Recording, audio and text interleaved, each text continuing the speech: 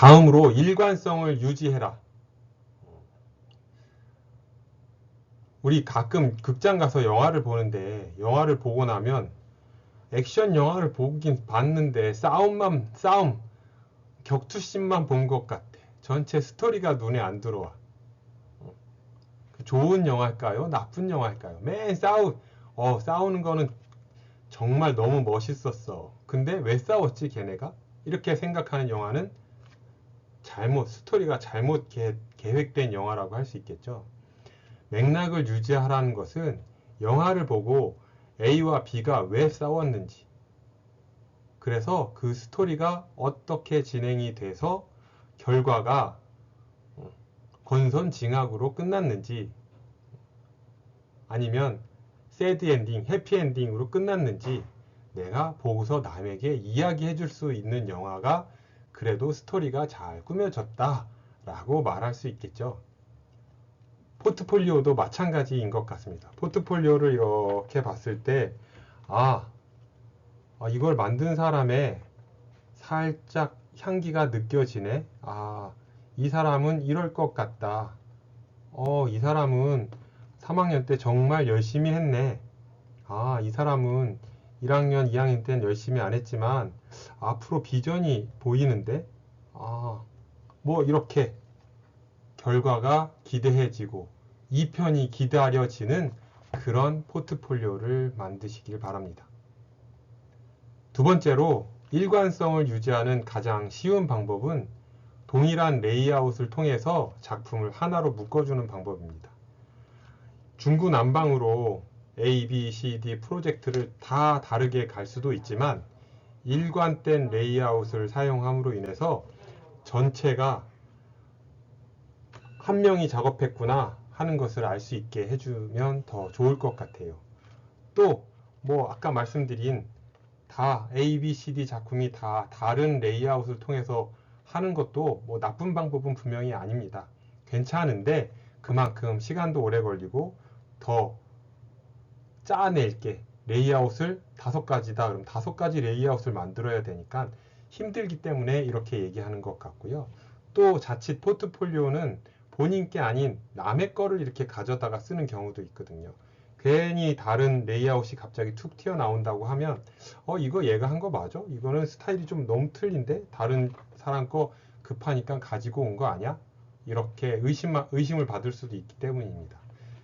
그래서 포트폴리오는 전체가 일관성을 유지할 수 있는 또 2편이 기다려지는 그런 내용으로 계획되었으면 좋겠습니다.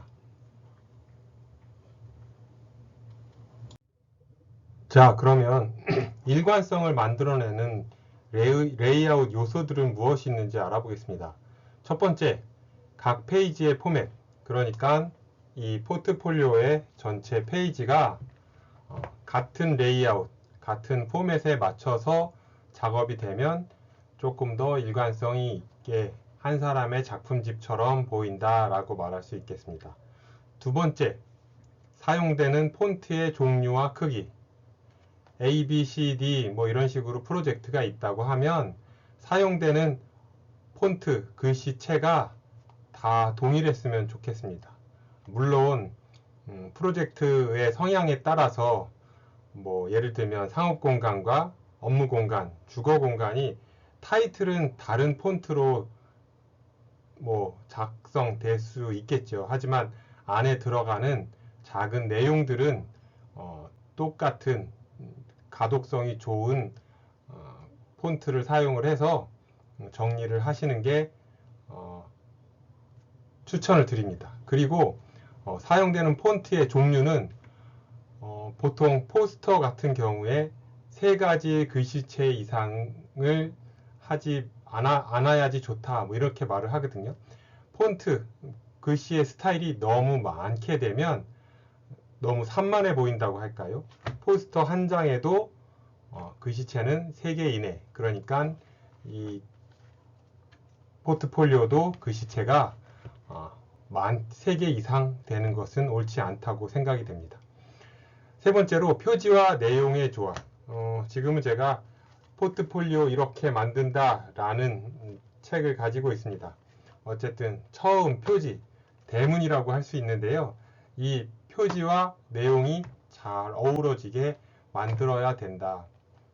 여러분들도 이제 포트폴리오 작업을 하시면 이렇게 책 표지처럼 포트폴리오에 표지를 만드실 텐데요.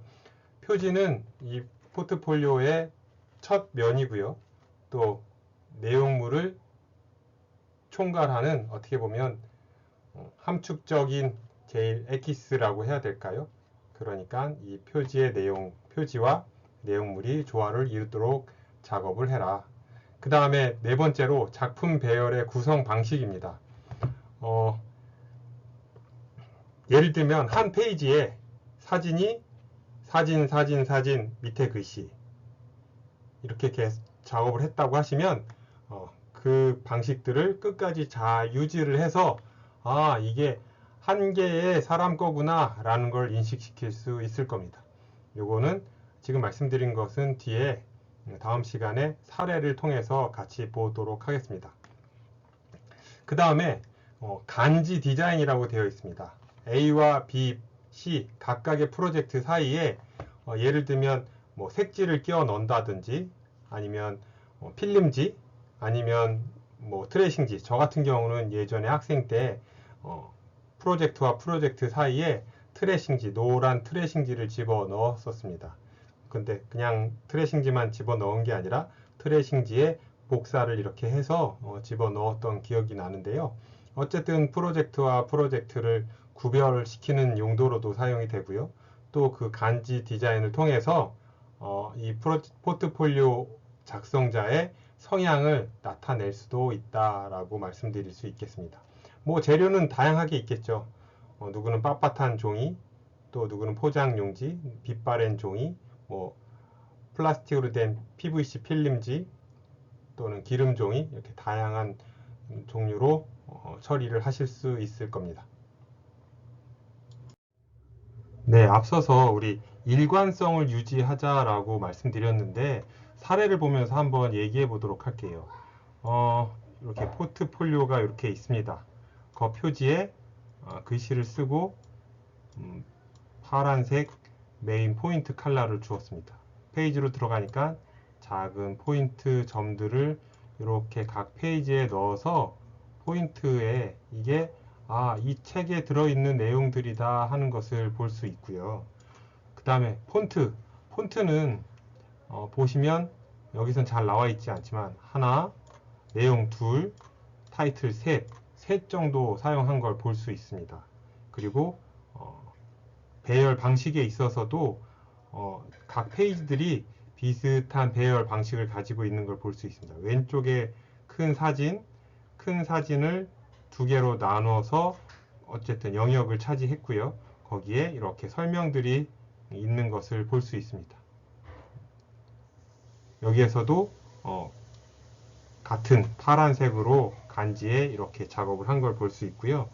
표지와의 조화를 같이 꾀하면서 전체적인 포맷을 맞췄다라고 볼 수 있겠습니다. 또 다른 사례를 하나 또 들어와 봤는데요. 얘는 제가 간지 때문에 가지고 왔습니다. 각 페이지에 타이틀이 바뀌는 거죠. 그래서 프로젝트가 바뀔 때 크게 1번 프로젝트, 2번 프로젝트, 3번 프로젝트. 그래서 이 친구는 표지는 아니지만 목차인 것 같아요. 목차 시작 부분에 이렇게 오렌지 색깔을 두어서 각각의 소 타이틀에 오렌지를 크게 두어서 표지와의 조화, 그 다음에 간지를 넣은 것을 볼 수 있고요.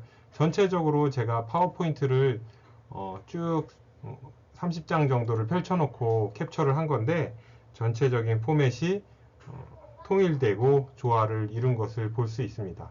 마치 뭐 2개, 3개 프로젝트가 아니라 한 개 프로젝트에서 1번 A, B, C로 나뉘어지듯이 이렇게 일관성을 보여주는 레이아웃을 가지고 있다고 말씀드릴 수 있겠습니다.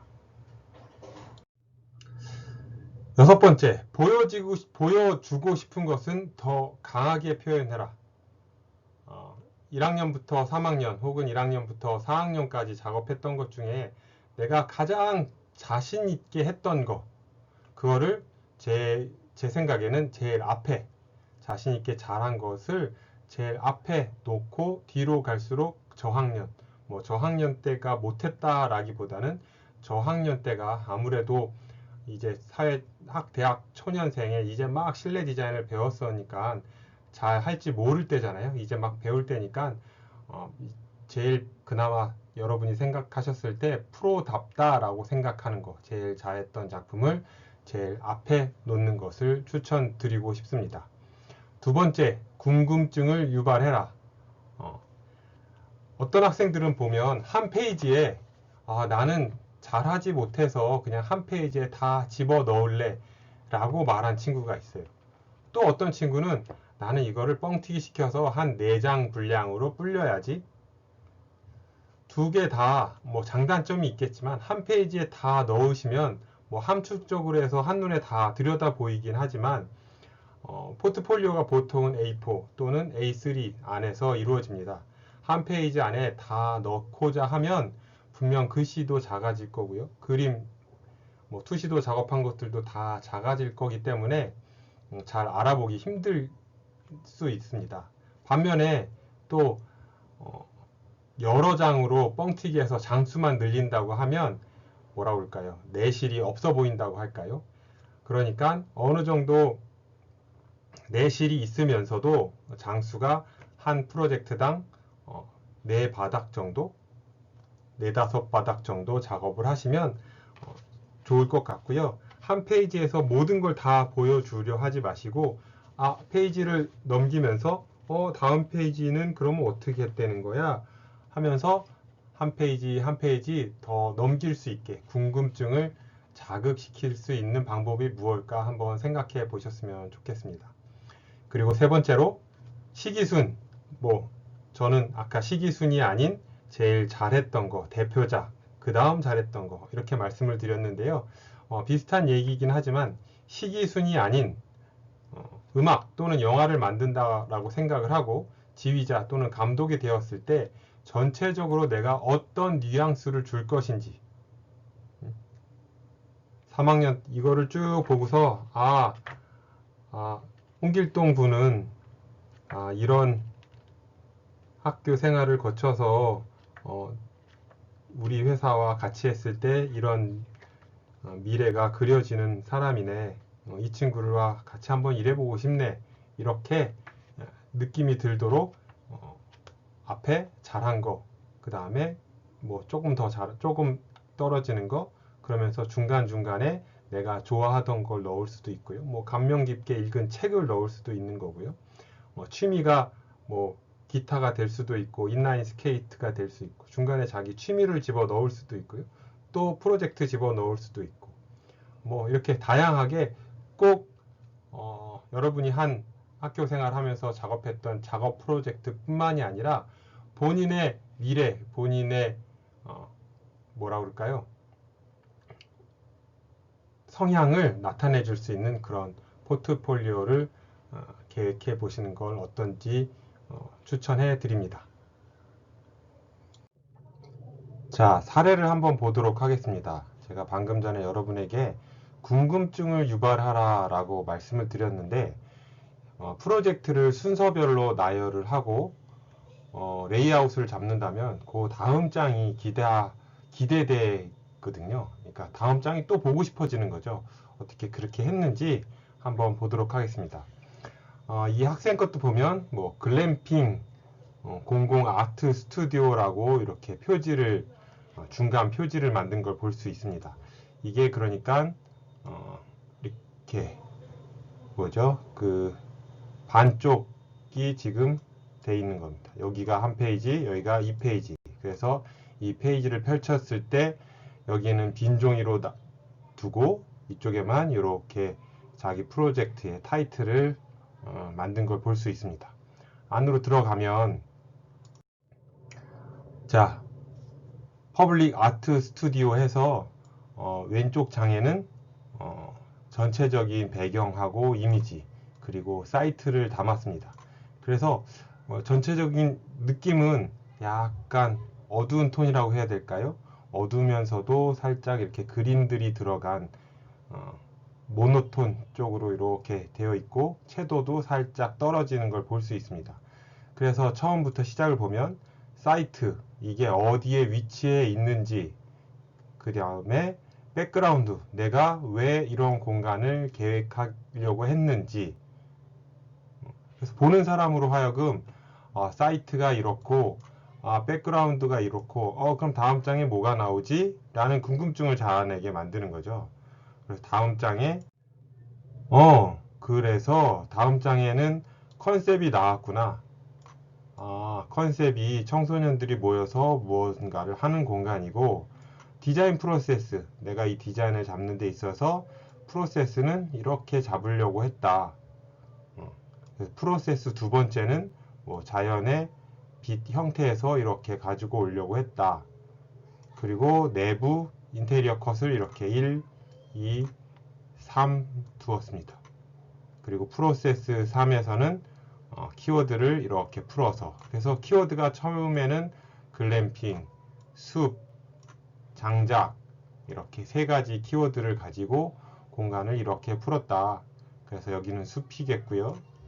여기는 글램핑, 여기는 숲, 여기는 뭐 장작을 모티브로 해서 공간을 해석하고 설계한 것을 볼 수 있습니다.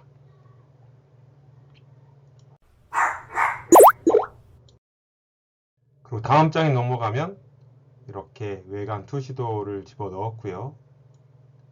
그 다음 장에 가면 그 외관을 층별로 잘 분리를 했어요. 그래서 각 층에 무슨 실들이 배치되어 있는지, 지하 1층, 1층, 2층, 그래서 여기가 지하 1층이고요.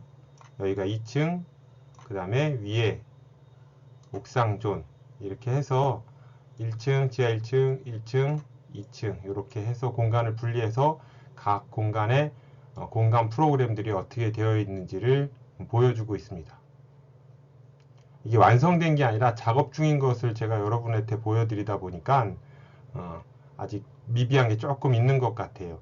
그리고 평면으로 우리가 많이 작업을 하는데 평면보다는 이렇게 30도, 60도 기울어져서 보이는 엑소노메트릭을 사용을 한다고 하면 조금 더 쉽게 공간을 다른 사람에게 설명할 수 있다고 생각이 됩니다. 왜 우리 지하철 역사에도 가시면 비상시 탈출 경로 해서 지하철 역사를 잘 표현해 놓은 걸 볼 수 있는데, 마찬가지로 아이소메트릭 뷰를 보여주신다고 하면 보는 사람에게도 기분을 좋게 할 수 있습니다.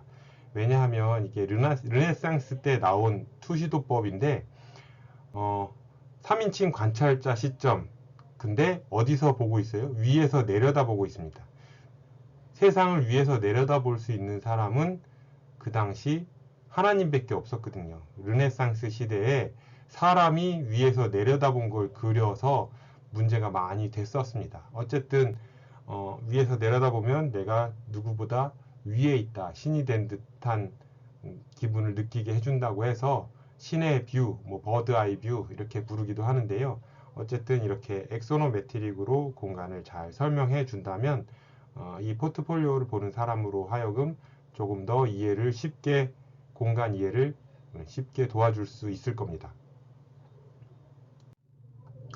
다음으로는 이제 이 친구가 모형 만들던 거, 공간 모형 만들던 거 과정을 왼쪽에 이렇게 흑백 모노톤으로 실었고요. 왜? 칼라로 하면 여기 지저분한 것들, 바닥이 지저분한 곳에서 이렇게 사진 찍었나 보죠. 그래서 지저분한 것들이 보이니까 이렇게 흑백 톤으로 칼라 사진을 바꾼 걸 볼 수 있고요. 오른쪽에는 디테일이라고 되어 있어서 모형을 이렇게 완성돼서 만든 것을 보여주고 있습니다. 뒤에 판넬도 살짝 보이고요.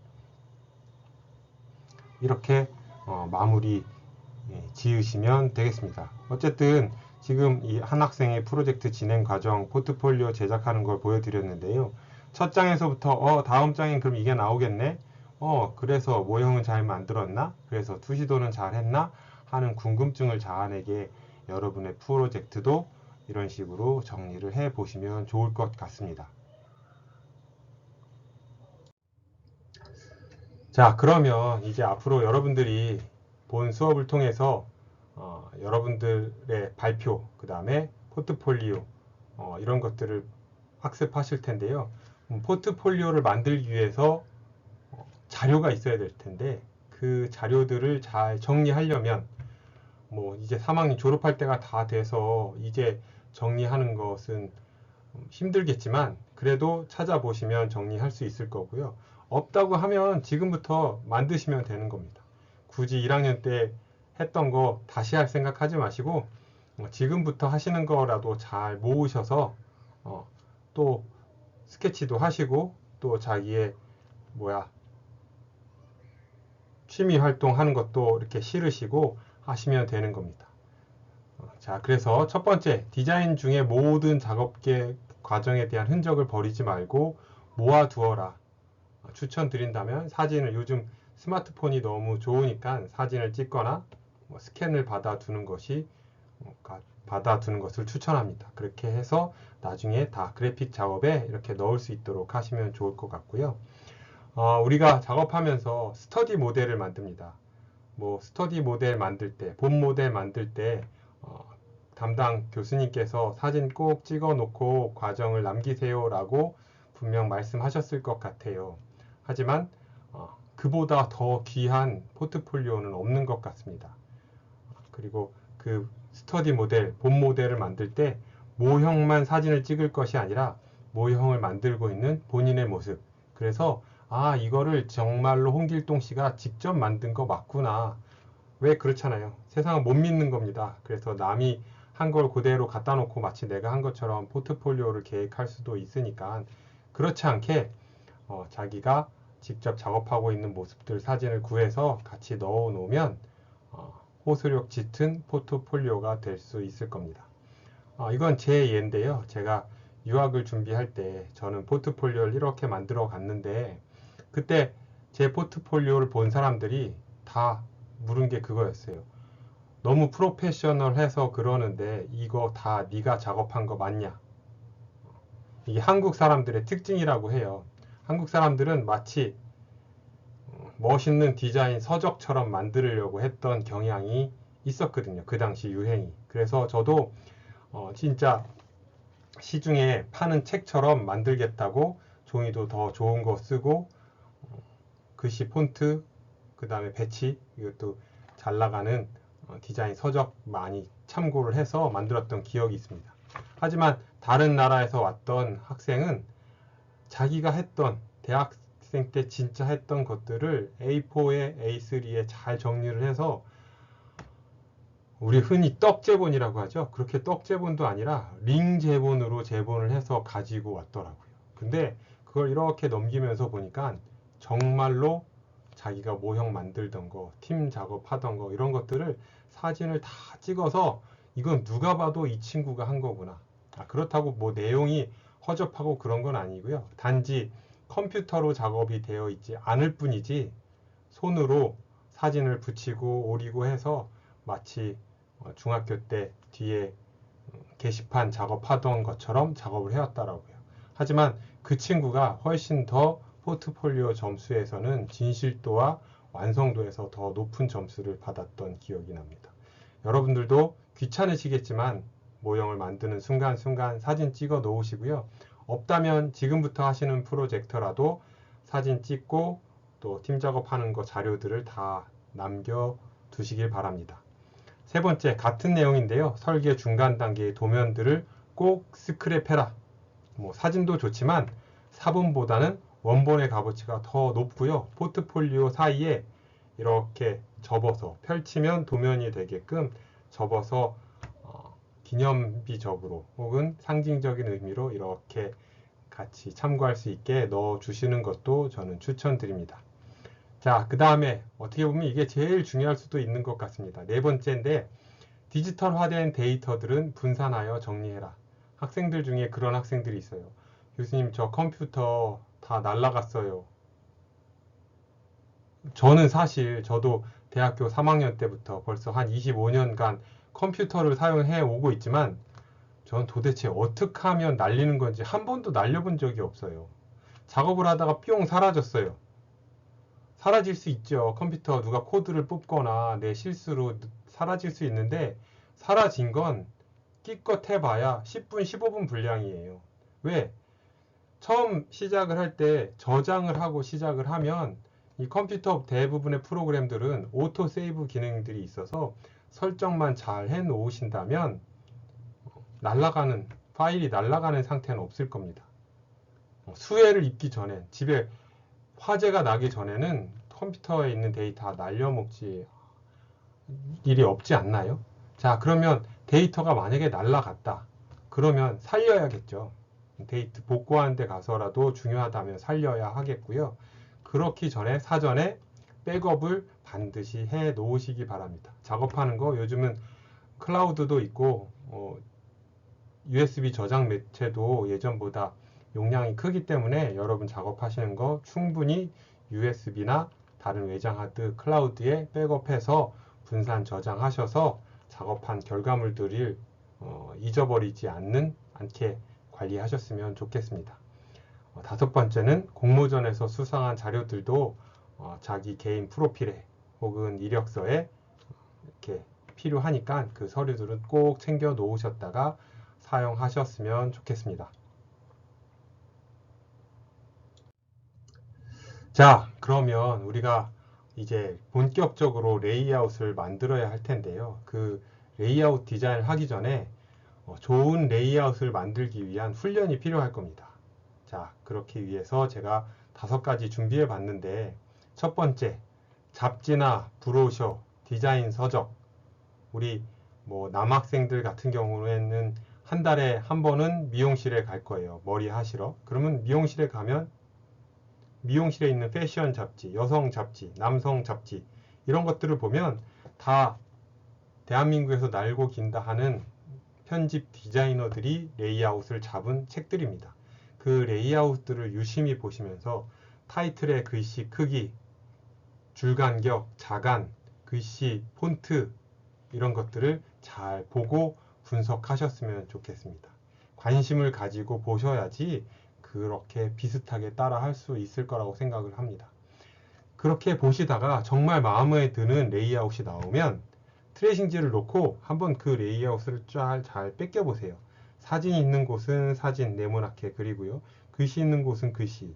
그래서 본인의 것에 똑같이 한번 배치를 해보세요. 면분할, 비례, 대칭, 균형의 미를 전체적으로 맞춰져 있는 것이기 때문에 그것들을 따라하다 보면 좋은 레이아웃을 익히실 수 있을 거라고 저는 생각이 됩니다. 그래서 제가 세 번째, 잘된 레이아웃을 참고해서 색채를 최대한 똑같이 적용해 봐라. 그러니까 사진, 폰트, 줄간격, 크기만 뺏기는 게 아니라 색깔까지도 한번 마음에 든다면 똑같이 적용을 해 보셔서 자기 본인의 프로젝트와 맞는지 어울리는지 그 조화로움을 한번 여러분들이 스스로 평가해 보는 시간을 가져보시는 것도 좋은 방법이라고 생각합니다. 네 번째로는 아무래도 우리 전공 분야 책이 좋겠죠. 전공 분야의 선배 포트폴리오 또는 다른 학교 잘하는 사람의 포트폴리오 제가 수업 시간에 이제 보여드릴 텐데요. 이런 전공자들의 포트폴리오를 보고 마음에 드는 것이 있으면 한번 흉내내 보시고 또 본인 스타일과 비슷한 게 있다면 한번 더 찾아서 본인의 개성을 이렇게 조금 삽입해 보는 것도 좋을 듯 싶습니다. 자, 마지막으로 맨날 건축 인테리어 포트폴리오만 보지 말고 다양한 전공 분야의 졸업작품 책자, 아까 말씀드린 것처럼 미용실, 이발소에 가면 여성 전용 잡지, 또 남성 럭셔리한 잡지 이런 곳에서 찾아볼 수 있는 전공에서 느낄 수 없는 다른 분야들의 이런 감각들을 보고 익히셨으면 좋겠습니다. 지금까지 프레젠테이션 수업에 있어서 이제 자기의 PR을 할 수 있는 포트폴리오에 대해서 대략적으로 한번 설명을 해 보았는데요. 여러분이 가지고 계신 작업 데이터를 잘 정리를 하셔서 수업 시간에 함께 작업을 하고 제가 여러분을 도와드리는 방법으로 같이 포트폴리오도 만들고 또 제안서도 작업을 해보고 하는 시간을 갖도록 하겠습니다. 지금까지 레이아웃에 대해서 설명을 했습니다. 다음 시간에 뵙겠습니다. 수고하셨습니다.